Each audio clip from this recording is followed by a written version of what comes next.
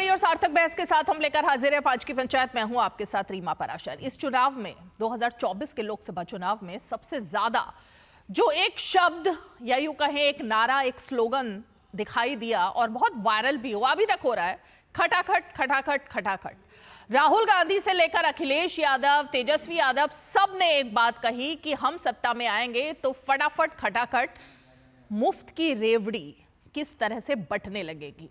हमने वो लाइनें भी देखी जब उत्तर प्रदेश में वो महिलाएं जिनको की वादे किए गए थे कि आपके खाते में हर महीने 8500 रुपए आएंगे, वो सब कार्ड लेकर, गारंटी कार्ड लेकर कांग्रेस मुख्यालय के बाहर, कांग्रेस दफ्तर के बाहर दिखाई दी। लेकिन अब बात जरा कर्नाटक की कर लेते हैं। कर्नाटक में भी 5 बड़ी मुफ्त की रेवड़ियों वाली गारंटी लेकर सरकार बन तो गई कांग्रेस की, लेकिन अब इतनी ज्यादा घाटे में डूबी हुई है, इतना ज्यादा कर्ज उस पर चढ़ गया है कि एक एक कर वो सारी योजनाएं बंद करनी पड़ रही हैं।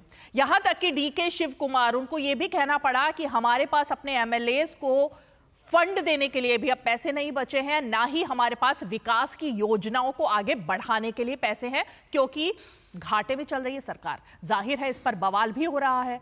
जिन महिलाओं को मुफ्त में बस यात्रा देने की बात थी, वहां पर भी अब वो स्कीम भी बंद हो रही है। पंजाब की हालत किसी से छुपी नहीं है। लगातार अगर देश में सबसे पहले नंबर पर अब कोई राज्य है जो कर्ज में डूबता जा रहा है, वो आंकड़े भी हम आपको देंगे, तो वो पंजाब बनता जा रहा है। हिमाचल में सरकारी कर्मचारियों को पैसा नहीं मिल रहा है क्योंकि वहां पर भी मुफ्त की रेवड़ी के चक्कर में लगातार घाटा चल रहा है। दिल्ली में भी ऐसा ही कुछ हाल है। तो जरा चर्चा करने की कोशिश करेंगे कि क्या सिर्फ वोट पाने के लिए देश की अर्थव्यवस्था के साथ बंटाधार करना ठीक है, या फिर कि मुफ्त की रेवड़ी, और ये हमारा शब्द नहीं बल्कि सुप्रीम कोर्ट की तरफ से ये शब्द का इस्तेमाल किया गया था, क्या अब वक्त आ गया है कि इस पर चिंतन करने की जनता को भी जरूरत है कि कुछ समय के फायदे के लिए देश की अर्थव्यवस्था को कहां लेकर जा रहे हैं ये राज्य और ये नेता? ये सवाल पूछेंगे। बेहद ही खास मेहमान हमारे साथ जुड़ेंगे भी, लेकिन सबसे पहले उन खबरों पर और खासकर तस्वीरों पर नजर डालते हैं जिसकी वजह से आज ये मुद्दा चर्चा में है।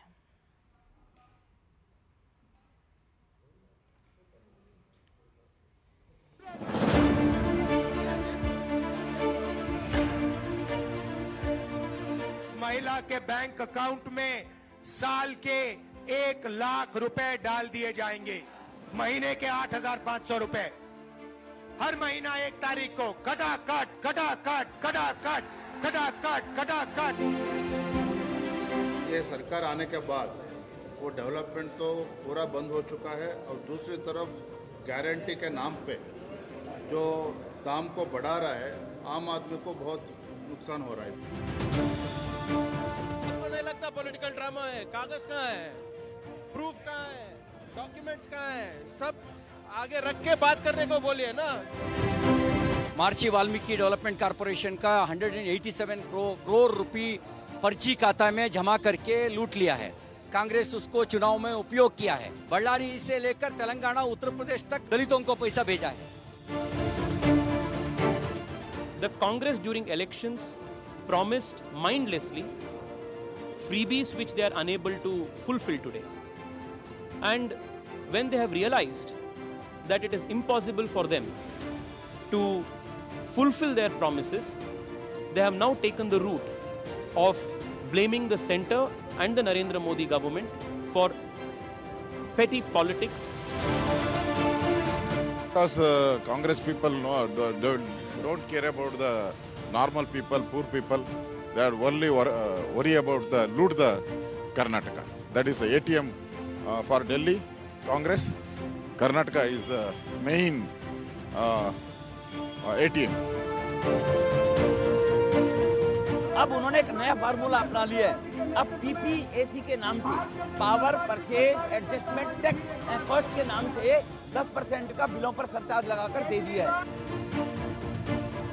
कभी पेट्रोल, कभी डीजल, कभी दूध, कभी पानी, ये सब दाम बढ़ाने के बाद अब ये भी दाम बढ़ाए जाएंगे बस फेयर के। ये असली चेहरा, ये असली चरित्र, ये असली मॉडल है राहुल गांधी का खटाखट लूट मॉडल।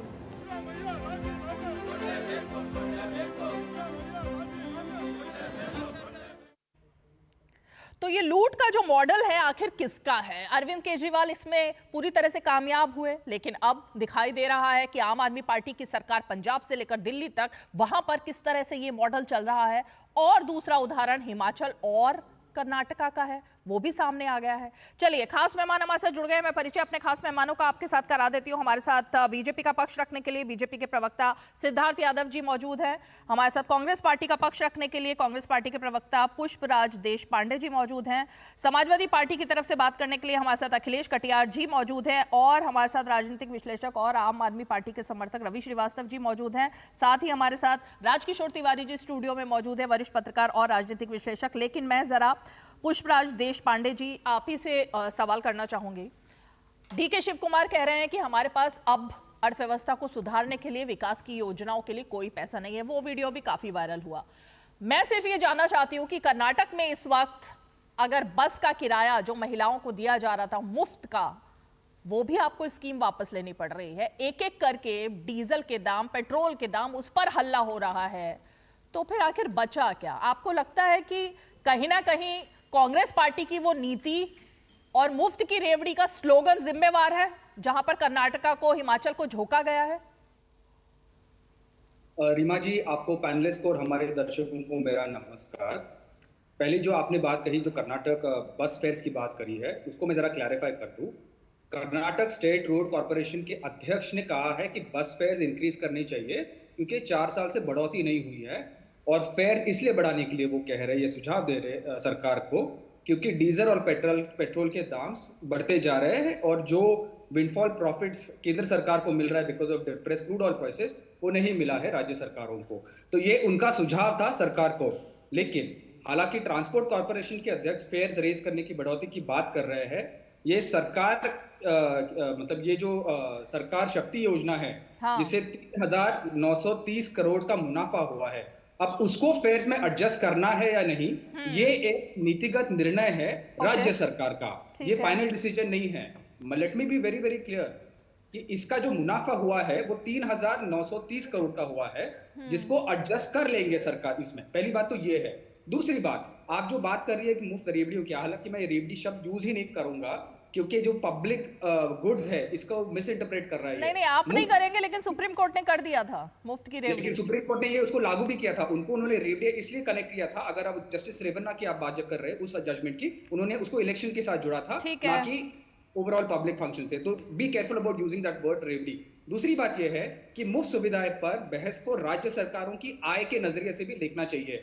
आज के समय भारत सरकार 4.5 लाख करोड़ रुपए सेस के रुपए वसूलती है हर साल, लेकिन टैक्स रेवेन्यू जो राज्यों को ट्रांसफर नहीं कर पा रही है। उसके साथ साथ केंद्र सरकार ने सेंट्रल स्पॉन्सर्ड स्कीम्स है, उसमें अपना हिस्सा कम कर दिया है। और केंद्र ने जीएसटी मुआवजा के लिए जो बढ़ाने की मांग थी, नोटबंदी, जीएसटी और कोविड के बाद, उसको नहीं बढ़ाया। माय पॉइंट इज, कहने का तात्पर्य ये है कि राज्य सरकारों को फिस्कल वल्नरेबिलिटी कम है और उसमें जिम्मेवारी मतलब केंद्र सरकार पर है। अगर हिमाचल प्रदेश में कांग्रेस की जो सरकार है, बीते 1.5 वर्ष में 19,000 करोड़ रुपए कर्ज राज्य सरकार पर चढ़ा। कर्नाटक की भी आपने बात कही, 12,522 करोड़ राजस्व घाटा।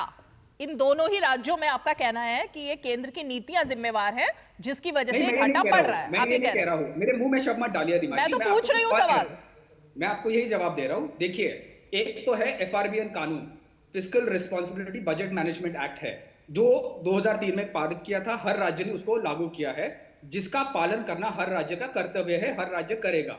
लेकिन जहां तक मेरा अनुमान है, आज के समय कर्नाटक, दिल्ली और हिमाचल से अधिक लायबिलिटीज जो है 2022 के आंकड़े में बता रहा हूं, असम, हरियाणा, उड़ीसा और छत्तीसगढ़ है। मैं 2024 के आंकड़े बता रही हूं, 22 के नहीं। मैं 24 के आंकड़े आपको बता रही हूं, लेटेस्ट आंकड़े। एक मिनट, मैं अपनी बात खत्म कर दूं, बीच में टोकिए मत प्लीज। मैं ये कह रहा हूं, पड़ेगा अगर आप गलत बोलेंगे तो। नहीं, गलत नहीं बोल रहा हूं मैं। हमें इतिहास से ज्यादा वर्तमान की बात करनी चाहिए और फ्यूचर की बात करनी चाहिए। मैं आपको दिखा दूं, बजट डॉक्यूमेंट दिखा दूं, अभी 2023 की बजट डॉक्यूमेंट दिखा दूं आपको। लायबिलिटीज में आपको दिखा देता हूं। मैंने इन 4 राज्यों की बात करी है, इन लोगों पे आप फोकस करिए। असम, हरियाणा, उड़ीसा, छत्तीसगढ़, जहां तक मेरा अनुमान है वहां 5 राज्यों में भाजपा की सरकार है। पहली बात तो ये है। ठीक है, जवाब लेते हैं सिद्धार्थ यादव जी। केंद्र सरकार की नीति और दूसरा जिन 4 राज्यों की बात 2023 और 22 का आंकड़ा दिया गया है उनमें बीजेपी की सरकार है, तो उनका कहना है कि आप उन पर बात कीजिए, कर्नाटक, हिमाचल, पंजाब, दिल्ली, क्योंकि विपक्ष की सरकारें हैं, वो डेटा दिखा भी रहे हैं। शायद डेटा मेरे पास भी है, रुकिए दिखाऊंगी आपको, लेकिन पहले जवाब ले लेते हैं। सिद्धार्थ यादव जी। देखिए रीमा जी, जो इसमें बात समझने की है वो लार्जर पिक्चर की है। लार्जर पिक्चर ये है कि आज देश में किस प्रकार की राजनीति की जा रही है, देश में एक क्या शॉर्टकट ढूंढने का तरीका कुछ दलों ने, कुछ पॉलिटिकल पार्टीज ने निकाल लिया कि उन्होंने सोचा कि जैसे तैसे जो हो सके सत्ता में हम आ जाएं और बात की तो बाद में देखी जाएगी। हम भी एक पॉलिटिकल पार्टी हैं, हम भी राज्यों में चुनाव के लिए जाते हैं, हम भी मैनिफेस्टो बनाते हैं, हम भी देश के लोगों से वादे करते हैं, पर वादे करते समय क्या जिम्मेवारी किसी पॉलिटिकल पार्टी की है ये भी उनको समझना चाहिए। अब आंकड़े अब जो बताना चाहें बताइए, और एक एक आंकड़े पे मैं बात भी करूंगा, पर मैं ये पूछना चाहता हूं कि आज कर्नाटक की ऐसी क्यों स्थिति हुई कि आपको वहां पर वाल्मीकि फंड स्कैम करना पड़ा। 16,000 करोड़ से ऊपर आपको SC STs वहां के शोषित, वंचित, पिछड़े समाज के लिए जो आवंटित पैसा था आपको उसको कहना पड़ा कि हम इसको निकाल करके, क्योंकि हमें अपनी फ्रीबीज को, क्योंकि हमें अपनी गारंटीज को स्पॉन्सर करने का काम करना है, हम इस पैसे को वहां लगाएंगे। हिमाचल के अंदर आपके पास तनख्वाह देने का पैसा नहीं बचा, पंजाब के अंदर आपकी ये हालत हो चुकी, और ये सभी वो राज्य हैं जहां पर सत्ता पाने के लिए विपक्ष ने अपने उस सरकार के जो फिस्कल पॉलिसी थी उसके दायरे से बढ़ करके, उस सरकार की हैसियत से बढ़ करके वादे किए थे। ये तो हमने केंद्र में भी देखा था। वो तो देश की जनता का मैं धन्यवाद करता हूं कि केंद्र में उस झांसे में देश का एक बड़ा वर्ग नहीं भी आया, नहीं तो खटाखट दिवस जो 1 जुलाई को हमने मनाया, 8,500 रुपए हर महिला के अकाउंट में जो आने थे, वो कहां से संभव हो सकता है? या जितने वादे ये कांग्रेस पार्टी या कोई भी दल सत्ता प्राप्ति के लिए मात्र बोल करके कर देना चाहती है, वो कहां से संभव हो सकता है? मैं मानता हूं कि देश की आर्थिक नीति के लिए ये एक बहुत बड़ा आघात है, और किसी भी राजनीतिक दल को अपनी उस जिम्मेवारी को समझते हुए ही वादे करने चाहिए। जिस हालत में आज कर्नाटक है, जिस हालत में आज हिमाचल है, वो कर्नाटक, हिमाचल देश की जनता देख पा रही है। जो मूलभूत चीजें हैं उस तक पे खर्च करने के लिए पैसा नहीं है, सैलरीज, इंफ्रास्ट्रक्चर जैसी चीजों पे खर्च करने के लिए पैसा नहीं है, और अब तो वादों से भी वापसी हो रही है, ये हम सब देख। पुष्पराज जी, मुझे वो दूसरे मेहमानों के पास भी जाना है, लेकिन मुझे उम्मीद है कि जो बात सिद्धार्थ यादव ने कही है और जो तस्वीरें हमने दिखाई हैं, उन तस्वीरों में केंद्र सरकार का कोई रोल, उन तस्वीरों में केंद्र सरकार की नीतियों का कोई रोल नहीं था। जो महिलाएं गारंटी कार्ड लेकर उत्तर प्रदेश में धूप में घूम रही हैं, धक्के खा रही हैं, 8500 रुपए अपने अकाउंट में आने का इंतजार, ये जो तस्वीर है इसमें बीजेपी का कोई रोल नहीं है मेरे ख्याल से। एक मिनट बोलिए। मैं 30 सेकंड मांग रहा हूँ आपसे रीमा जी, आपकी अनुमति से। देखिए, उन्होंने कहा कर्नाटक सरकार के 5 गारंटी दी है। उन्होंने SC ST TSP फंड की बात करी थी। इसमें से प्रत्येक योजना से दलितों और आदिवासियों का लाभ होता है। गृह लक्ष्मी योजना से 31 लाख SC ST औरतों का लाभ होता है। अन्न भाग्य से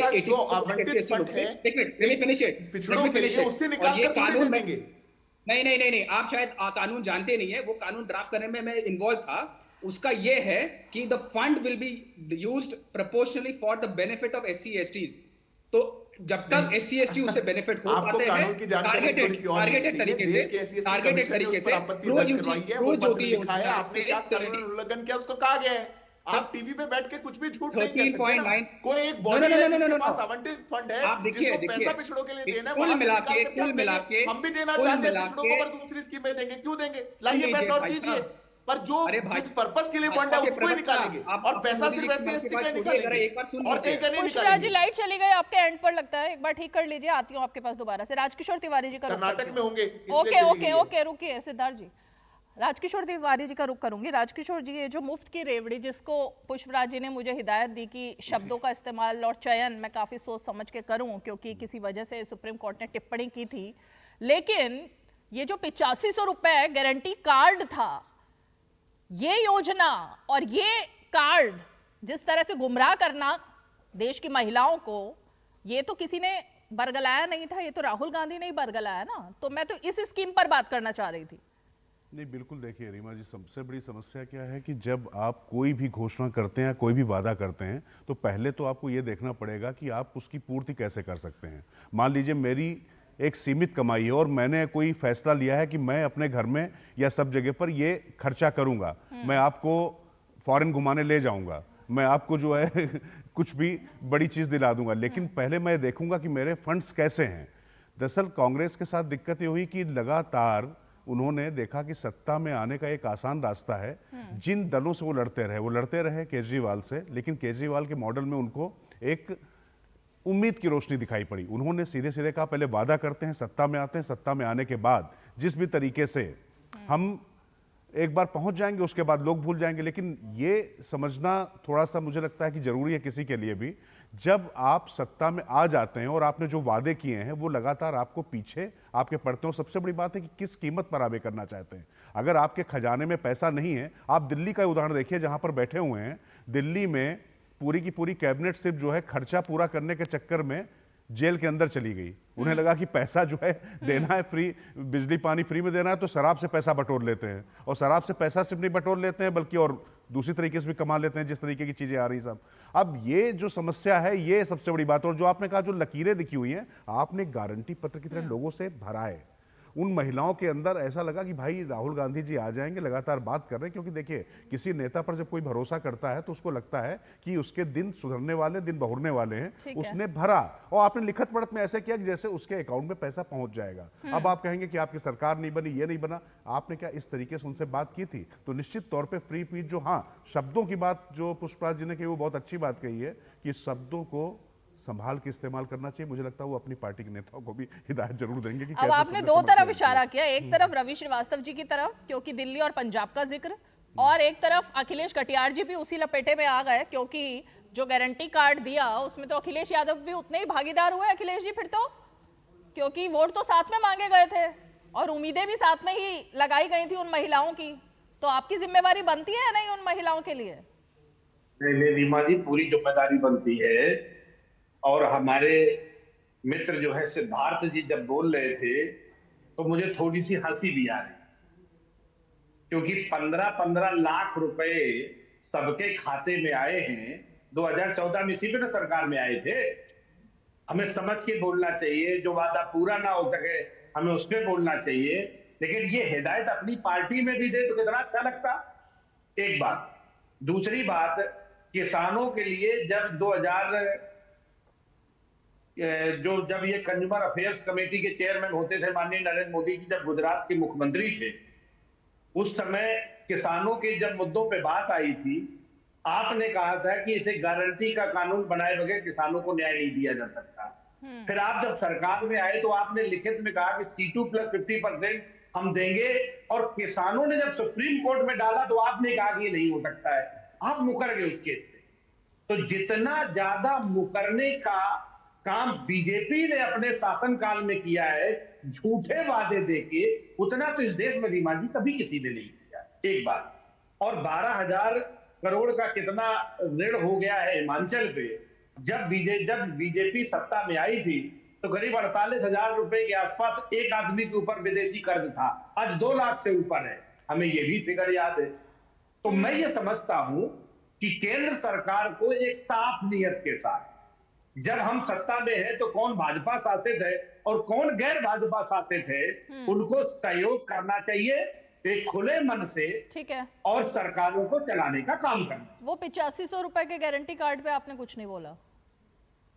नहीं, गारंटी कार्ड अगर हम लोग सत्ता में आते तो पक्का करके देते। तो गारंटी कार्ड दे दिया ऐसे ही दे दिया था बना के कि अपना आधार दिखाइए, आइडेंटिटी कार्ड। ये 15 लाख की जो आपने बात कही, मुझे तो नहीं लगता कि देश में 15 लाख रुपए दिए जाएंगे। ऐसा कोई गारंटी कार्ड बांटा गया था पब्लिक में जाके, महिलाओं में जाकर, और ये कहा गया था लीजिए इतनी तारीख को आपके अकाउंट में आने वाले हैं।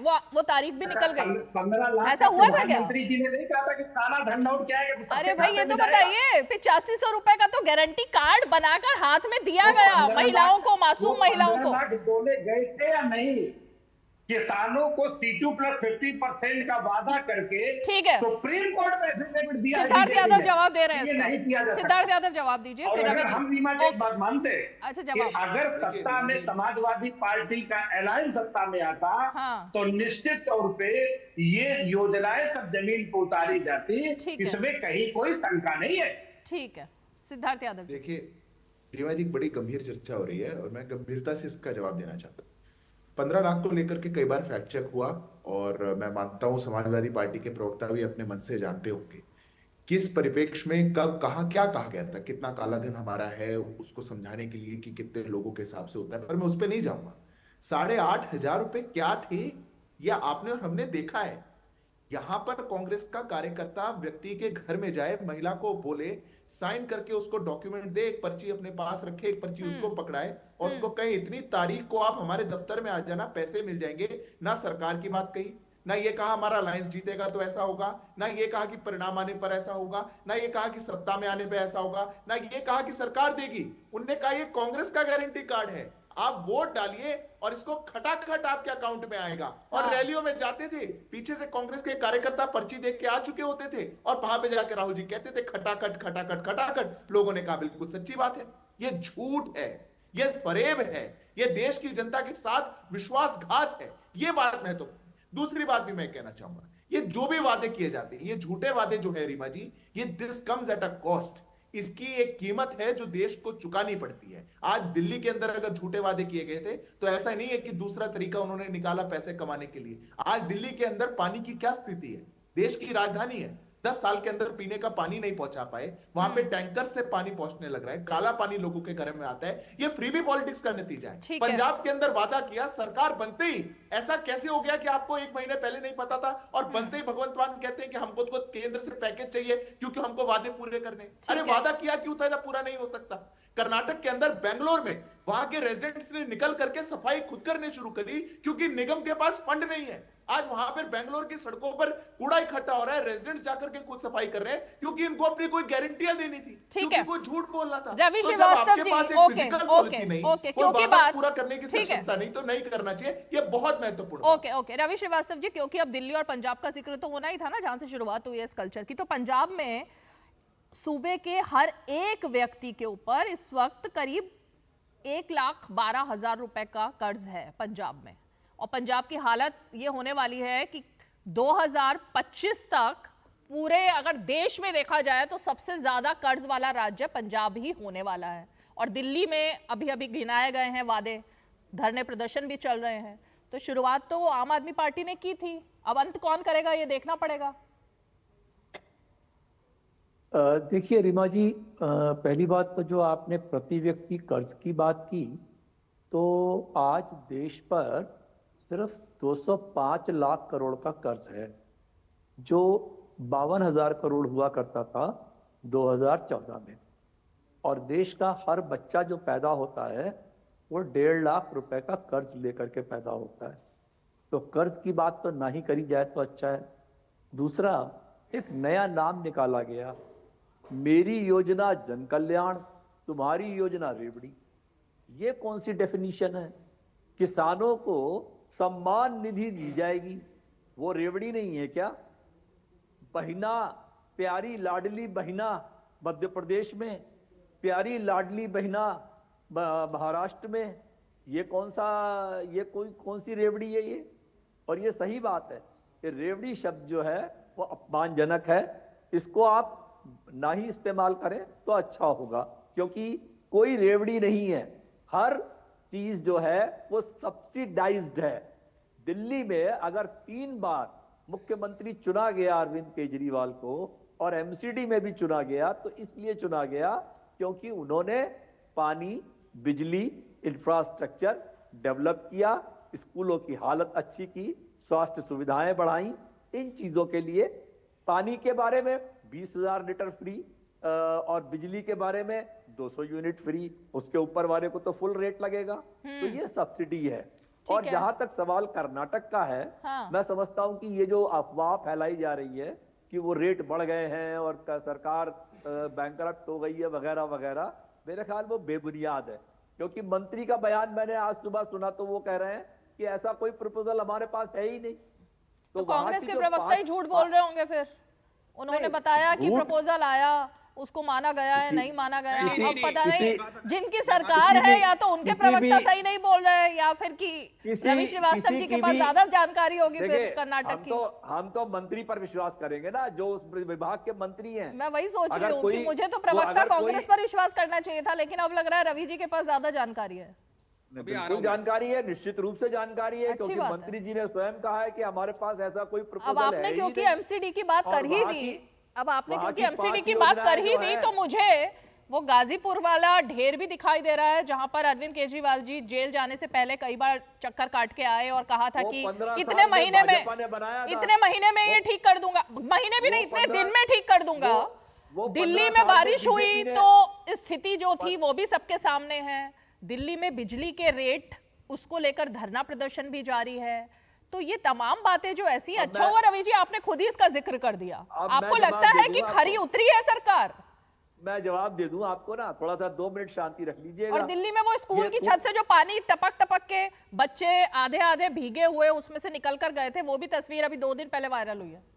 अरे कभी प्रगति मैदान के टनल भी देख लीजिएगा जाकर। और वो टनल में पानी कहां से गिराया गया वो भी तस्वीर वायरल हुई थी। वो बाल्टी भर वो पानी कहां से छोड़ा गया और कहां का पानी छोड़ा गया टनल के अंदर। केंद्र की सरकार ने जो पैसे वो भी सबने देखा किया, जो बिहार के 13 पुल बहा दिए, जो अटल सेतु में दरार पड़ गई, जो समृद्धि महामार्ग टूट रहा है, ये सारे काम तो कांग्रेस ने किए हैं या आम आदमी पार्टी ने किए हैं। ठीक है, आप तो बात ही नहीं करना चाहती मुझे अच्छा लगता है रवि श्रीवास्तव जी जब आप कांग्रेस के बिहाफ पर बात करते हैं, क्योंकि मुझे जहां तक जानकारी परसों तक की थी कि अब आम आदमी पार्टी और कांग्रेस के बीच कोई समझौता है नहीं, दोनों के बीच में संबंध विच्छेद हो चुका है। दिल्ली में भी अलग चुनाव लड़ेंगे और देश के किसी भी राज्य में अब एक साथ चुनाव नहीं लड़ेंगे। लेकिन यहाँ जो दोस्ती दिख रही है वो अच्छा लग रहा है। वो आपकी जानकारी बेबुनियाद है। प्रवक्ता आम आदमी पार्टी की तरफ से इसी शो पर परसों डिक्लेयर किया गया था, लेकिन अब पता नहीं, हो सकता है यहाँ पर राजनीति में तो 24 घंटे में स्थिति बदल जाती है, फिर कुछ हो गया होगा। चलिए एक छोटा सा ब्रेक लेते हैं रवि जी, आते हैं ब्रेक के बाद। आप देखते रहिए 5 की पंचायत। छोटा सा ब्रेक।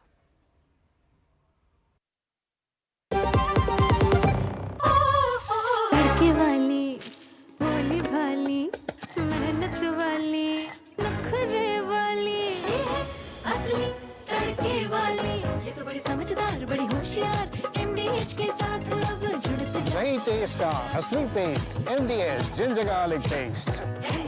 बात जब पीढ़ियों के लिए बनने वाले घर की हो तो जिम्मेदारी बड़ी हो जाती है। गैलेंट समझता है ये जिम्मेदारी। अब डबल M रिब्स के साथ गैलेंट एडवांस TMT रीबार, निर्माण का real hero. Happy birthday my dear. अरे ये क्या? एप्सिलॉन मेरी नई स्कूटी के लिए। ओए बनो सियानी, नहीं तो पैसों पे फिर जाएगा पानी। मतलब? सुनो, ऑनलाइन लर्निंग एप्स को जांच परख कर RBI अधिकृत बैंक NBFC से ही आप लोन लीजिए। और अधिकृत एप्स या अनजान लोगों से निजी जानकारी शेयर करना यानी धोखा। दादू बन गई सियानी। गिफ्ट नहीं खोलेंगे? RBI कहता है इनसे सुनिए, जानकार बनिए, सतर्क रहिए। तो DD न्यूज पर आप देख रहे हैं 5 की पंचायत। और एक बार मैं फिर से जरा राजकिशोर तिवारी जी, जो डिस्कशन यहाँ तक बढ़ गई है आम आदमी पार्टी की तरफ से, एक दिन पहले ही ये तो डिक्लेयर हो गया था कि अब कहीं आसपास में दिखाई नहीं देंगे कांग्रेस पार्टी के, लेकिन अब शायद क्योंकि ये मुद्दा ऐसा है जिसमें सबको एकजुट दिखना है, इसलिए सब एकजुट दिख रहे हैं। नहीं, दरअसल एकजुट के सबसे पहले तो ये देखिए ना कि जो अभी नतीजे आए उपचुनावों के, मैं इससे शुरुआत करना चाहता हूँ कितना कंफ्यूजन है, जो बात अभी रवि जी कह रहे थे।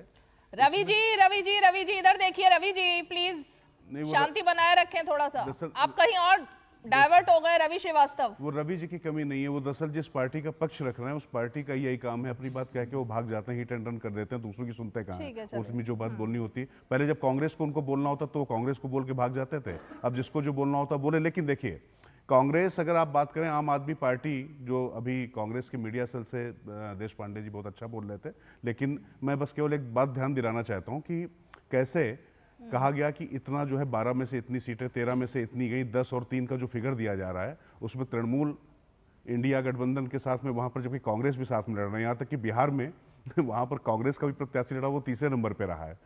पंजाब में भी कांग्रेस का प्रत्याशी 3रे नंबर पर रहा, साथ नहीं लड़े, लेकिन उसके बाद भी वो उसको इंडिया की जीत करके दिखा रहे हैं। तो देखिए, आंकड़े दिखाना एक अलग बात है, वास्तविकता होना अलग बात है। और अभी एक बहुत बात कही जा रही थी कि कितना कर्जा किसके ऊपर है, तो खर्चे के अनुपात में कर्जा होता है। और मुझे लगता है यहाँ पर जितने लोग बैठे हुए हैं वो भी ये सच्चाई जानते हैं कि प्रति व्यक्ति जब कर्जे का जब आकलन का आप करते हैं तो किस तरीके से विकास योजनाओं में कितना पैसा लग रहा है। वो डिबेट बहुत ज्यादा विषयांतर हो जाएगा रीमा जी, इसलिए उस पर मैं नहीं जाना चाहता। लेकिन मुझे लगता है यहाँ पर जो भी लोग बैठे हुए हैं वो सब जानते हैं। मैं नहीं मान सकता क्योंकि सारे प्रबुद्ध लोग हैं और पूरी तैयारी करके आए हुए लोग बैठे हुए हैं यहाँ पर, ये बात है। लेकिन जहां तक बात है कि आम आदमी पार्टी और कांग्रेस, देखिए ये साथ तो लंबे समय तक वैसे भी नहीं चलने वाला था।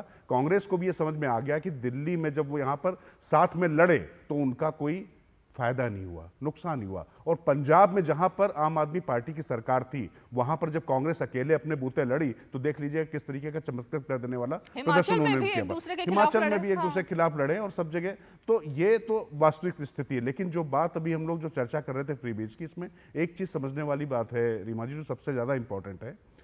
जब आप कहते हैं कि भारतीय जनता पार्टी शासित राज्यों पर कितना कर्जा है कितना नहीं है, लेकिन ये देखना पड़ेगा कि कहां पर लोगों को तनख्वाह नहीं मिल पा रही है, किसने क्या वादे किए थे। क्या आपने नरेंद्र मोदी की केंद्र सरकार को ध्यान में रखकर कि जब हम समस्या में आएंगे, संकट में आएंगे, तो नरेंद्र मोदी जी आएंगे, वो आपके खेवनहार बनेंगे, वो आपको पैसा देंगे, उसके बाद आप क्या वो करेंगे। हिमाचल चुनाव में हम लोग गए थे, बाढ़ वहां पर किस तरीके की आपदा आई थी, उसका कितना पैसा कहां पर गया, वहां पर मुद्दा बना हुआ था कि कैसे उस पैसे का इस्तेमाल ही नहीं हुआ है, उस पैसा का इस्तेमाल कैसे विभिन्न दूसरे मदों में हुआ। अभी यहां पर भी चर्चा चल रही थी कि कैसे एक विभाग का पैसा दूसरे विभाग में खर्च कर दिया गया। समस्या यह है कि जब आप खर्च और कमाई का अनुपात आप नहीं देखेंगे, जो सरकार का यही काम होता है। और सब्सिडी और फ्री बीज में फर्क समझना चाहिए, मुझे लगता है सारे लोग समझते हैं। इस तरीके की हल्की बातें एक नेशनल चैनल पर नहीं करनी चाहिए। पुष्पराज जी, मैं आप ही का रुख करना चाहूंगी, क्योंकि मैं कोट अनकोट बता रही हूँ, क्योंकि आप हर बात को झुठला रहे हैं और आप मेरे ख्याल से आंकड़े लेकर बैठे हैं। मैं आंकड़ों पर जा ही नहीं रही, मैं तो पॉलिटिकल, क्योंकि स्टेटमेंट दिए गए, पॉलिटिकल वादे किए गए, तो मैं पॉलिटिकल स्टेटमेंट पर आती हूँ। DK शिव कुमार का कोट अनकोट, ये सच बात है कि विधायक हमसे मुलाकात करना चाहते थे, उन्हें कुछ मुद्दों पर बात करनी थी, हमें भी उनसे आर्थिक मुद्दों पर कुछ बात करनी है, लेकिन अब ये समझने की जरूरत है कि अभी हमें 40,000 करोड़ तो 5 गारंटी पूरा करने के लिए अलग रखने हैं। हम विकास पर इस साल खर्च कर ही नहीं पाएंगे और हम जानते हैं विधायकों की उम्मीदें ज्यादा है, इसलिए हमने उनसे कह दिया है कि अब आप थोड़ा इंतजार कीजिए। कोट अनकोट, इस पर भी कुछ झुठलाएंगे आप? नहीं, अब मैं आप बताता हूँ रीमा जी, हाँ। क्योंकि ये नीतियों की बात हो रही थी और आप राजनीति की बात कर रहे हैं। आई डोंट नो, सरकारी चैनल है, आई थॉट थोड़ा न्यूट्रल रहेंगे आप, पर ठीक है, चलिए मैं आगे बढ़ता हूँ। ये वेग सा आरोप लगा करके आप मुझे टोकिए मत, आप मुझे टोकिए मत रीमा जी, आप टोकिए मत। नहीं तो आप भी ऐसे आरोप नहीं लगाएंगे ना, तो आप न्यूट्रल रहिए ना। मैं न्यूट्रल हूँ या नहीं हूँ, आप सवाल का जवाब दीजिए। कोट अनकोट बोला है, अगर इसमें कुछ गलत बोला है तो आप उसको, अगर मैंने कुछ गलत बोला है तो बताइए। क्या DK शिव कुमार ने ये कहा या नहीं कहा, आप ये बताइए। आगे बढ़ता हूँ ना, आगे बोलने तो दीजिए मुझे, सुन लीजिए। नहीं, आप तो आरोप लगाने बैठ जाते हैं फिर। ना, सुन लीजिए। कर्नाटक राज्य सरकार ने फरवरी 2024 में 3.7 लाख करोड़ का बजट पेश किया था। मैं फिर से बता देता हूं क्योंकि आपको कंफ्यूजन नहीं होना चाहिए। 3.71 लाख करोड़, इसमें से 5 गारंटीज के लिए 40,000 नहीं 42,000 crore rupees, 42,073 crore rupees allocate किए गए थे। तो कर्नाटक सरकार के पास काफी आय है, उसमें कोई आपको टेंशन नहीं करनी है। वो कर्नाटक मुझे नहीं, DK शिव कुमार को समझाइए ये बात, फिर मुझे मत समझाइए। जिनका बयान पढ़ा है, जिन्होंने मीडिया में आकर बयान दिया, ये आप उनको समझाइए। मुझे समझाने से कुछ हल नहीं निकलेगा। DK शिव कुमार जी को समझाइए फिर। आप कांग्रेस पार्टी तो पॉलिसी मेकर नहीं है, कांग्रेस पार्टी को अपनी बात कांग्रेस पार्टी DK शिव कुमार है या नहीं है पॉलिसी मेकर में? ऑफ कोर्स है, लेकिन वो अंदर से बात है, सार्वजनिक रूप से हम लोग डिस्कस थोड़ी करेंगे ये सब। दूसरी बात, SC SC TSP की बात जो हुई थी डाइवर्जन की, 130 लाख दलितों और आदिवासियों को डायरेक्ट बेनिफिट हुआ है इन 5 गारंटीज के तहत, तो इसमें डाइवर्जन की बात होती नहीं है। दूसरी बात, भाजपा सरकार ने अपने 2024 के मैनिफेस्टो में कहा था कि पूरे देश को प्रधानमंत्री सूर्य घर योजना के तहत मुफ्त बिजली देगी। ये मैं आपको खुद पढ़ के बता रहा हूं। अभी भारत सरकार ने उसके बाद 450 डायरेक्ट कैश ट्रांसफर बेनिफिट्स के तहत 8 लाख करोड़ रुपए ट्रांसफर किए हैं 2014 के बाद। इस लॉजिक के तहत 80 करोड़ रुपए जो वल्नरेबल भारतीय है उनको मुफ्त राशन देती है। लेकिन आप इन सबको रेवड़ी क्यों नहीं कहेंगी? क्योंकि देयर इज सम प्रॉब्लम है ना, न्यूट्रलिटी का समस्या इसलिए उत्पन्न हो रही है क्योंकि कुछ problem between Congress leadership and state leadership, I think. क्योंकि नहीं, आप इस तरह से आरोप लगाते रहेंगे और हम यहाँ सुनने के लिए नहीं बैठे हुए ना। आप कुछ भी बोल करके निकल लेंगे, यहाँ मैं सुनने के लिए नहीं बैठी हूँ आपकी बात। DK शिव कुमार, जो कि राज्य में उनकी अध्यक्षता में ही चुनाव हुआ था, उसके बाद उनको डिप्टी CM बनाया गया, तमाम तरीके की चीजें हैं। अगर वो मीडिया में आकर के बात कहते हैं तो हमें तो उनकी बात सुननी पड़ेगी या फिर मैं कांग्रेस के प्रवक्ता जो है वो चैनल पर आकर के कुछ भी बोल देंगे, मैं उनकी बात पर विश्वास करूं? मुझे नहीं लगता, आपको तथ्य बता मुझे नहीं लगता ये तथ्य ठीक है। करोड़ का मुझे नहीं लगता पुष्पराज जी आपके तथ्य ठीक है, मुझे लगता है डीके शिव कुमार जो कह रहे हैं उनकी बात पर विचार करना चाहिए। हाँ ठीक है, आपको शायद हाँ, आपको तो जो please। कन्वीनियंट फैक्ट लगेंगे, जो कन्वीनियंट तथ्य आपके के लिए है, वो आप उस पर ध्यान दीजिए। हाँ, मेरे लिए डीके शिव कुमार बड़े नेता हैं, आपसे ज्यादा बड़े नेता है जो चुनकर आए हैं और अपनी सरकार बनाकर लाए हैं। पुष्पराज जी को तो मैं अभी, पुष्पराज देशपांडे को मैं इस शो से जानती हूँ, लेकिन डीके शिव कुमार को पूरा कर्नाटक जानता है। ठीक है, अपने नेता को डिमीन कर रहे हैं आप, कंट्रोल करिए। आप अपने ही नेता को डिमीन कर रहे हैं सर, क्या कर रहे हैं पुष्पराज जी? अपने ही आप नेता मेरे को शब्दों छोटा में- दिखाकर आपको क्या मिल रहा है? नो, मैंने क्या कहा? उन्होंने कहा 40,000 करोड़, मैंने कहा 42,000 करोड़, बजट 3.7 तो लाख आप करोड़ अपने है। नेता को जो समझाइए बात- ना कि जो बात- राज्य के आंकड़े वो गलत क्यों पेश कर रहे हैं देश के सामने? गलत आंकड़े पेश नहीं कर रहे, उन्होंने सही बोला है, मैंने भी बोला है। आपको शायद सुनने में प्रॉब्लम हो रहा है। हाँ। प्रॉब्लम ये हो रहा है कि सरकार, केंद्र प्रॉब्लम सरकार ये हो रहा है ने कि कांग्रेस वो पार्टी को फंड सिर्फ ट्रांसफर राज्यों को मुद्दे करना था, भटकाने वो के लिए करना आरोप बंद कर दिया प्रत्यारोप है। करने होते हैं और मुद्दे की वो बात करनी नहीं taxation, होती है। जो टैक्स सिर्फ डेवल्यूशन प्रॉब्लम ये है। वो कम हो गया है। It has drop by almost 50%। 4.5 lakh crore अब टैक्स डेवल्यूशन नहीं हो रहा है राज्यों सरकारों को। ये प्रॉब्लम हमने नहीं उत्पन्न की है, ये प्रॉब्लम केंद्र सरकार ने उत्पन्न की है। वो प्रश्न आप उनसे पूछिए, पहली बात। दूसरी बात, आप जानबूझकर सार्वजनिक भलाई, पब्लिक गुड्स को सीमित दृष्टि से देख रही है। मुफ्त परिवहन, मुफ्त बिजली या मुफ्त पानी उपलब्ध कराना सिर्फ एक राजधर्म नहीं है हमारा, ये संवैधानिक ड्यूटी है, नैतिक जिम्मेदारी है। आप सुप्रीम कोर्ट का Lalaram versus union of India 2013 का तहत वो आप ऑर्डर देख लीजिए, ये उसमें लिखा हुआ है सीधे सीधे कि करना है। ये मेरी बात है, आपको जरा सुनना है तो आप सुनिए। बार बार आप पक्षपात कर रहे हैं और आप जरा जिस सिचुएशन में आप कह रहे हैं ना, ये रेवड़ी वेवड़ी कल्चर चल रही है। बेरोजगारी 50 साल में ऐतिहासिक ऊंची स्तर पर है। कंजम्पशन एक्सपेंडिचर जो 55% जीडीपी का हमारा योगदान देता है, वो 50 ईयर लो पे है। पारिवारिक कर्ज 34 साल ऊंचाई पर अभी चल रहा है। पर कैपिटा इनकम और वेजेस स्थिर है। और तब सरकार, राज्य सरकार का कर्तव्य बनता है कि नागरिकों को इकोनॉमिक और सामाजिक सेफ्टी नेट करने के लिए उनका वो विशेष प्रावधान करे। वही कर रही है हमारी सरकार। और अगर आपको इससे आपको कोई आपत्ति है तो आप सुप्रीम कोर्ट में जाइए। अरे कौन सी सरकार? कर्नाटक की, हिमाचल की, कौन सी सरकार की बात कर रहे हैं? हिमाचल की सरकार। हिमाचल की सरकार अपने कर्मचारियों को पैसे क्यों नहीं दे पा रही? ये भी पक्षपातपूर्ण सवाल है क्या? मैं बोल रहा हूँ कि अपने कर्मचारियों को पैसे क्यों नहीं दे पा रही है सरकार? ये किसने कहा? सरकार ये कर रही है, वो अपना अरे भाई, सरकार पैसे क्यों नहीं दे पा रही कर्मचारियों को? इसके लिए कौन जिम्मेवार है? सॉरी, माफ कीजिए। अच्छा, ये आपको सुनाई नहीं देगा? नहीं सुनाई दिया, क्योंकि आप मेरे ऊपर बोल रहे थे। यू आर ओवरलैपिंग मी। एक तरीका होता है बात करने का, जब मैं बोल रहा हूँ आप शांत रहिए, जब आप बोल रही है मैं शांत रहता हूँ। आप मुझे सवाल भी बताएंगे, फिर आप मुझे तरीका भी सिखाएंगे, फिर आप गलत बयानी भी करेंगे, फिर आप लगातार बोलते भी रहेंगे, फिर आप किसी और को बोलने का मौका नहीं देंगे। बहुत अच्छा तरीका है, ऑफ इंडिया है ये, बहुत अच्छा तरीका है। सिद्धार्थ यादव जवाब देंगे। देखिए रीमा जी, इसमें कोई दो राय नहीं है कि किसी भी सरकार को अपने लोगों के लिए जितने जनहितैषी फैसले हों उनको पूरा करने के लिए भरपूर कोशिश करनी। सरकार के पास अगर धन है, बजट है, तो आप देश की जनता को, अपने प्रदेश की जनता को जितनी चीजों की सहूलियतों दे। ये तो हुई आइडियलिस्टिक बात, पर अब या तो देशपांडे जी को मुख्यमंत्री बना दीजिए कर्नाटक का, क्योंकि ये आंकड़ा सीतारामैया जी को और डीके शिव कुमार को नहीं पता। 3.5 लाख करोड़ के बजट की कर्नाटक में 40,000 करोड़ की गारंटी थी, पर वो 40,000 करोड़ की गारंटी पूरी नहीं हो पा रही। उसके लिए आपको फ्यूल प्राइस बढ़ाने पड़ेंगे, बस फेयर के प्राइस बढ़ाने पड़ेंगे, और विधानसभा में खड़े होकर के मुख्यमंत्री को कहना पड़ेगा कि मैं क्या करूं, मुझे यही करना है। आपको वाल्मीकि डेवलपमेंट कॉर्पोरेशन का फंड निकाल करके 16,000 करोड़ की धांधली कर करके आपको यह कहना पड़ेगा कि नहीं, मैं क्या करूं, ये तो मेरी संवैधानिक ड्यूटी है। अरे संवैधानिक ड्यूटी आपको दी गई है प्रदेश को अच्छे से चलाने के लिए, कर्मचारियों की तनख्वाह खाने के लिए नहीं। और ये कैसी बात हुई? देखिए, मैं आपको इसको इस तरीके से समझाना चाहता हूं। हर व्यक्ति का एक राइट टू डिग्निटी है, उसको अच्छा खाना चाहिए, अच्छा पहनना चाहिए। आय नहीं होगी पुष्पराज जी, एक सेकंड सिद्धार्थ यादव, पुष्पराज जी, आपका लुक ना बहुत अच्छा लग रहा है। तो टीवी के हिसाब से मैं भी थोड़ा सा आपको एक ज्ञान दे दूं, क्योंकि आप लगातार मुझे ज्ञान दे रहे हैं कि टीवी पर बैठ करके ना लगातार अपनी मूंछों पर ताव देना, बार बार अपना फेस ठीक करना, थोड़ा सा सीरियसनेस कम होती है इससे शो की।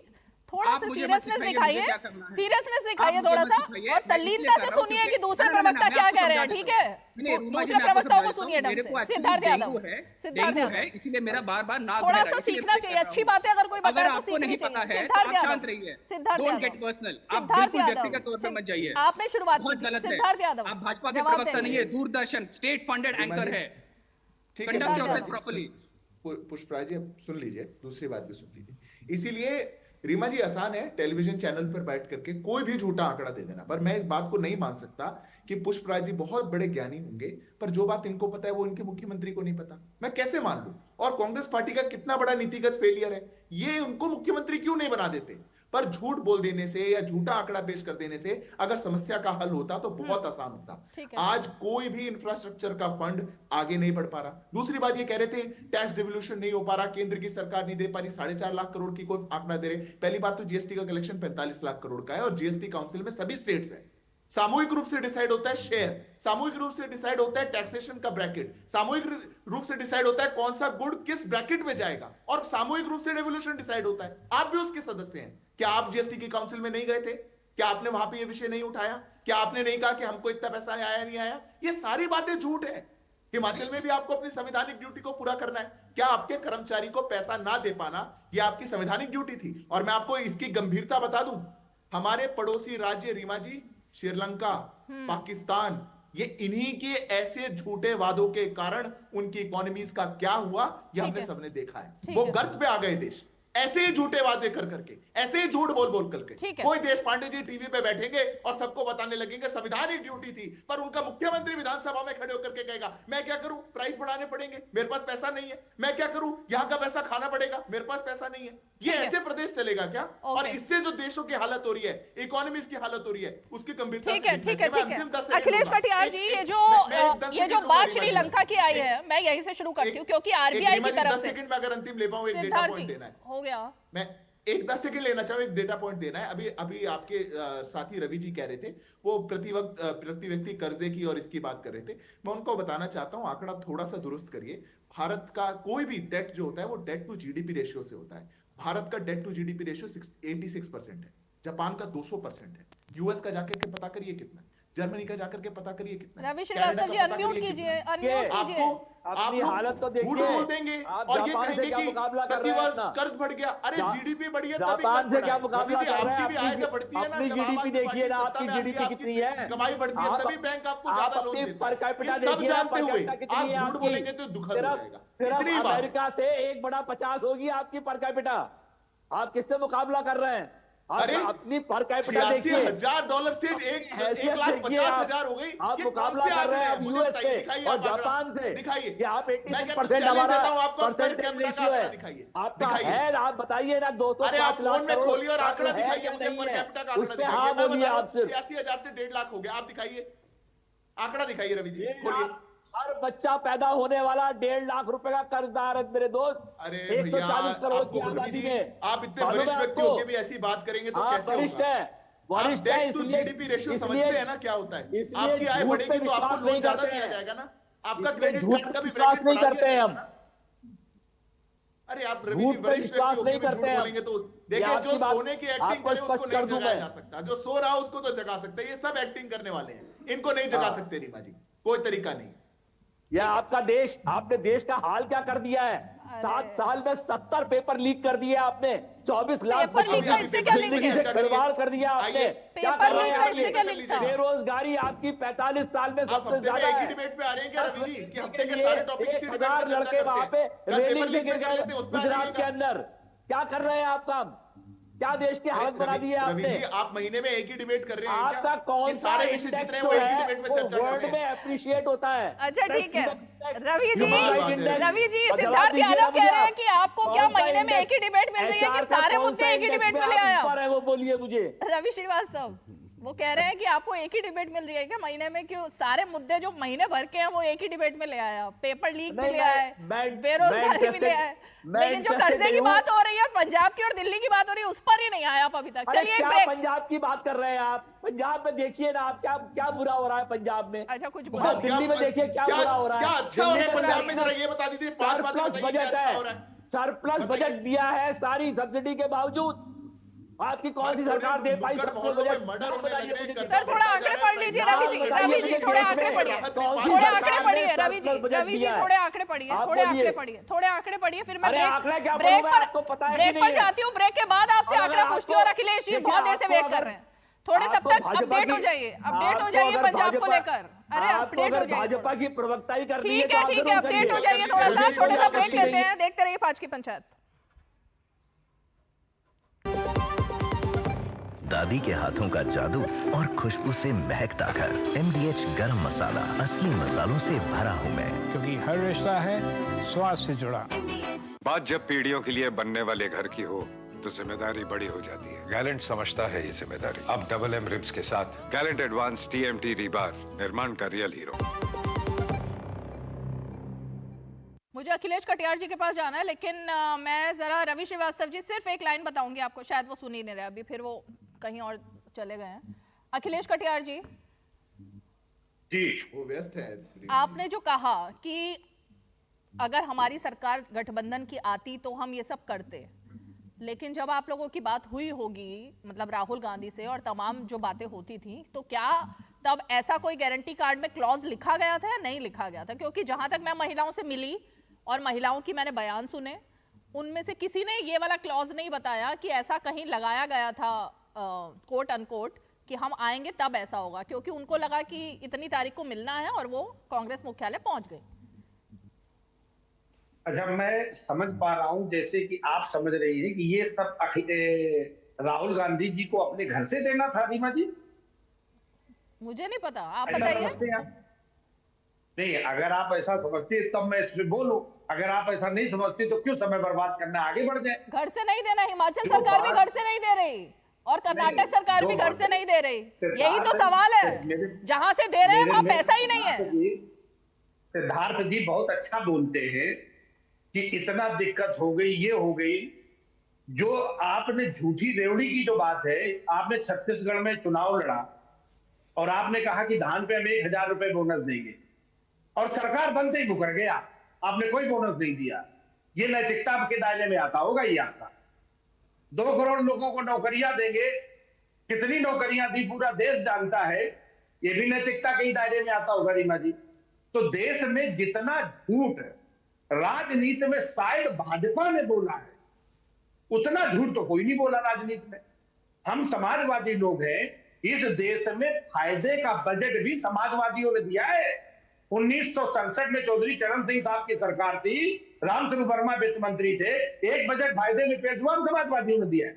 और मेरे नेता माननीय अखिलेश यादव जी ने जितनी जितनी योजनाओं पे वादा किया, अगर हम दिल्ली में सरकार बनाते गठबंधन में तो एक भी ऐसा वादा नहीं होता। मैं वही कह रही हूँ अखिलेश जी, मैं वही कह रही हूँ कि आपने अपने वादे पूरे किए, लेकिन इस एक वादे ने जो कांग्रेस पार्टी के साथ मिलकर हुआ, उससे इमेज तो अखिलेश यादव की भी खराब हुई ना। तो आप लोग क्यों अपनी इमेज खराब करने चले?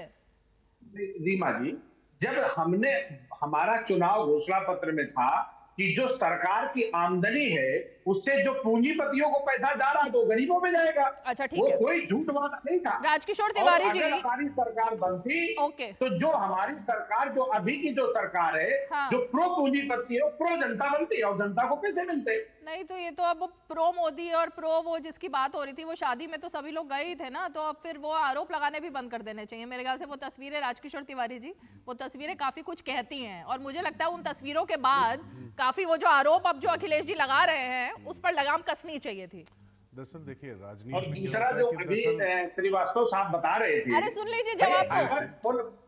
एक मिनट, जो पुल गिरे हैं, अब पुल गिर गए हैं, पानी भर रहा है, उसमें आम आदमी पार्टी, कांग्रेस, सपा नहीं करना चाहिए ना रीमा जी? उसमें कौन कर रहा है? मैंने तो बिहार पर बात ही नहीं की अभी। राजकिशोर तिवारी जी, दरअसल है क्या कि दरअसल मैं एक छोटा सा उदाहरण देना चाहता हूँ। आप ये देखिए कि किस तरीके से पहले अडानी का नाम लिया जाता है, फिर कभी अंबानी का नाम लिया जाता है, और अडानी का नाम लेके फिर अडानी कांग्रेस शासित या दूसरे राज्यों में वहाँ पर वो निवेश करते हैं। बिल्कुल होना भी चाहिए निवेश, मैं इसके बिल्कुल खिलाफ नहीं हूँ, क्योंकि अगर तमाम आपको योजनाएं चलानी है, अगर लोगों को आप उसको सब्सिडी कह दें, फ्री बीज, मतलब आप, मैंने जो कहा कि मैं फिर कह रहा हूँ कि सब्सिडी देना गलत नहीं है, अपने लोगों के हित के लिए, उनका जीवन उत्थान करने के लिए जो सरकार को बनता है उसको करना ही चाहिए। लेकिन आप देख लीजिए, तेलंगाना हो गया, पहले छत्तीसगढ़ हो गया, फिर राजस्थान हो गया, अभी राहुल गांधी भले ना गए हों वहां पर, लेकिन राहुल गांधी की पार्टी की पूरे नेता सब वहां पर थे। शरद पवार तो मान लीजिए एनसीपी से थे, बाकी लालू यादव, अखिलेश यादव, सब लोग वहां पर गए थे। जब अखिलेश जी लोग ये कहते हैं कि पूंजीपतियों के यहाँ इस तरीके से क्या है ना, अभी मैं देख रहा था कांग्रेस के सोशल मीडिया से भी एक कैंपेन चल रहा था, राहुल गांधी की कुछ फोटो थी, जो तमाम जो ड्राइवर हैं या कुछ मतलब जो ऐसे तबके के लोग हैं जो निर्धन हैं, उनके साथ में उनकी तस्वीरें और वहां पर उनकी अंबानी के साथ में दिखाई पड़ रही है। अब प्रश्न ये उठता है कि अंबानी और अडानी जैसे लोगों का उदय कैसे होता, और उनका उदय अगर ना होता तो क्या इतने रोजगार सृजन होते हैं? जो इतने जो हमारे पास जो पैसा आ रहा वो आता क्या? वीपी सिंह बन जाने से मतलब वीपी सिंह करण जो हो जाए किसी का वो एक अलग बात है, लेकिन क्या इससे वाकई चीजें सस्ती हैं? और अखिलेश यादव ने भी अपने समय में जो उत्तर प्रदेश में तमाम जो विकास योजनाएं लाई, जो तमाम निवेश लेकर आए, जब आप निवेश लाने की बात करते हैं उसके साथ ही आप उन पर प्रहार भी करते हैं। अगर अडानी इतने खराब हैं तो फिर उनको कांग्रेस शासित राज्यों में नहीं जाना चाहिए था, उनको नहीं एंट्री होने देने चाहिए थे। लेकिन सरकार तेलंगाना में केसीआर ने अडानी को नहीं घुसने दिया, वहां पर जैसे ही रेवंत रेड्डी बनते हैं वहां पर वो चले जाते हैं। उसके बाद अंबानी इतनी बातें कही जाती है। ये जो राजकिशोर जी ने सवाल खड़ा किया, क्विक रिएक्शन आपसे पहले मैं इस पर चाहूंगी।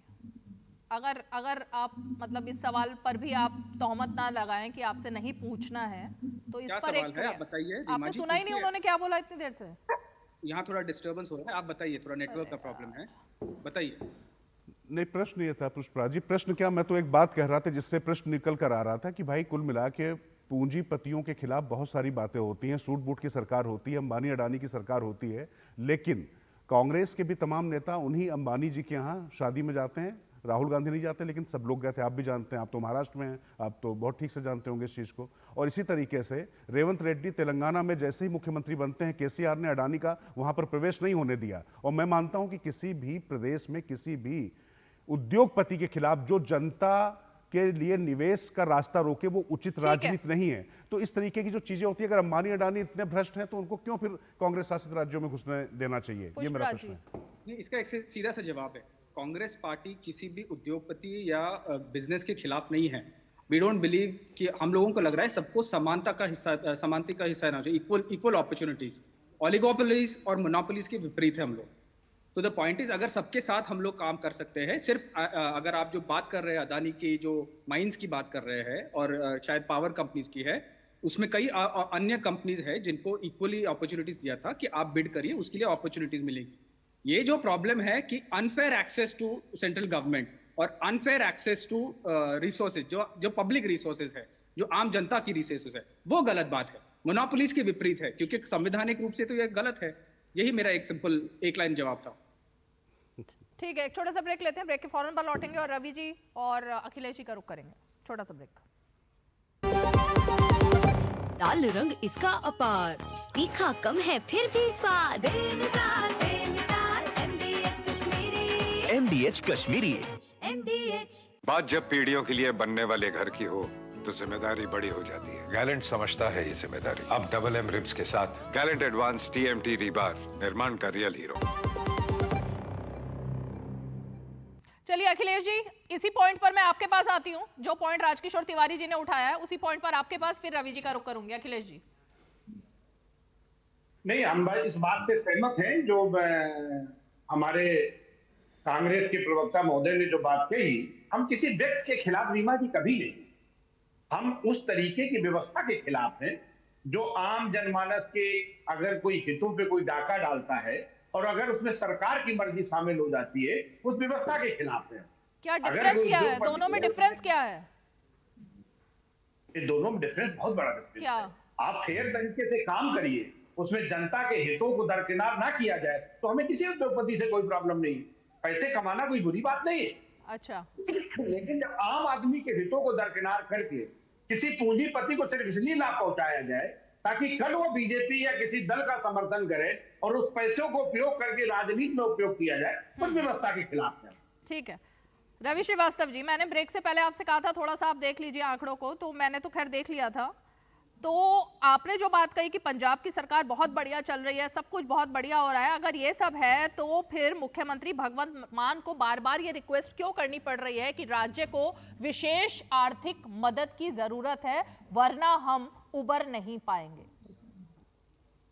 बिल्कुल ठीक है, क्योंकि अगर पिछली सरकार की वजह से उनको उनका राजस्व इतना कम है, इतना घाटा है, तो वो मांग करेंगे, मगर उसको वो चीज ये नहीं रोकती कि आप अपना काम मत करिए। अच्छा, जिस तरह से वो राजकिशोर जी ने करेक्ट कर दिया अब आपको कि पिछली सरकार मतलब पुष्पराज जी वाली सरकार, मतलब कांग्रेस की सरकार। हाँ, आप अपने हिसाब से करिए। उसके पहले अपना हिसाब तो नहीं है, अपना हिसाब नहीं, जो हकीकत है ना, उसके पहले वाली भी गिन लेते हैं। जब वहां पे 70 गैंग ऑपरेट करते थे ड्रग माफिया के, उसकी भी बात कर लेते हैं। अब खत्म है, छोड़िए आप है? ये बताइए, मैं आपको ये बता रहा हूं कि जो भाई ने अभी बिल्कुल ठीक कहा, हम किस बात के खिलाफ हैं? हम इस बात के खिलाफ हैं कि 6 एयरपोर्ट अडानी को, जिसको कोई अनुभव नहीं है, क्लॉज चेंज करके हवाले कर दिए जाते हैं, जो जनता की प्रॉपर्टी है, जनता के टैक्स पेयर्स के पैसे से बना हुआ है। बड़े ऑपरेटिंग एयरपोर्ट उनके हवाले कर दिए जाते हैं। को कैसे मिला था? कुशीनगर का एयरपोर्ट देते उनको, अयोध्या का एयरपोर्ट देते उनको, और छोटे एयरपोर्ट देते उनको। एमजीआर को कैसे मिला था रवि जी, पता है?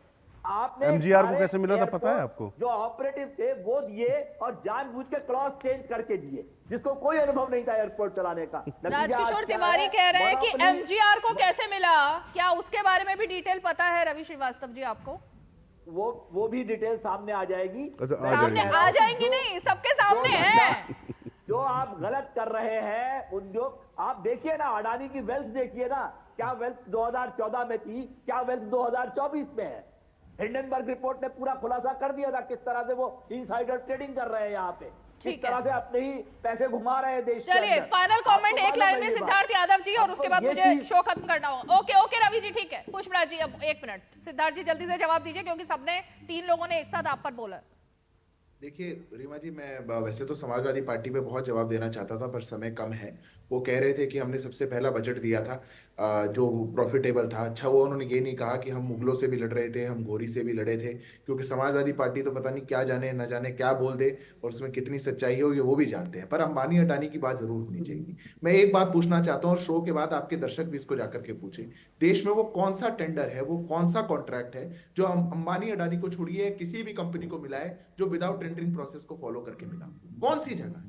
जब देश में सारे कानूनों को पालन करके, ये बात भी तो विपक्ष कह सकता है कि हर घर में अंबानी अडानी निकले। 5000 रुपए के लेकर के आए थे धीरू भाई अंबानी, आज इतना बड़ा एम्पायर बनाया। मैं चाहूंगा रवि श्रीवास्तव जी के भी बेटे बनाए। इस देश में क्यों नहीं बन सकता कैपिटल? क्यों नहीं रोजगार का सृजन हो सकता? क्यों नहीं युवा सपने देख सकता? आज 110 हमारे पास यूनिकॉर्न्स है, क्यों नहीं हो सकते? ये जो एंटी माइंडसेट है, एंटी डेवलपमेंट माइंडसेट है, एंटी डेवलपमेंट माइंडसेट, ठीक है। मेरे ख्याल से सभी को सोचने की जरूरत है, और अब वक्त की बात है, मुझे शो को यहीं पे खत्म करना होगा। और इसीलिए जो बात निकल करके सामने आई है वो ये कि आखिर ये जो आंकड़े हैं ये झूठ नहीं बोलते, और आंकड़े लगातार यही कह रहे हैं कि कर्ज लेकर वोट पाना, यानी जिसको मुफ्त की रेवड़ी कहा गया, और वो रेवड़ी जब सुप्रीम कोर्ट कहता है और जब ये पूछता है कि आखिर कब तक ऐसे ही चलाया जाएगा सरकारों को और जनता को, तो ये सवाल तो नेताओं से ही पूछा जाएगा। लेकिन अगर इस पर भी किसी को आपत्ति है और अगर किसी को इस पर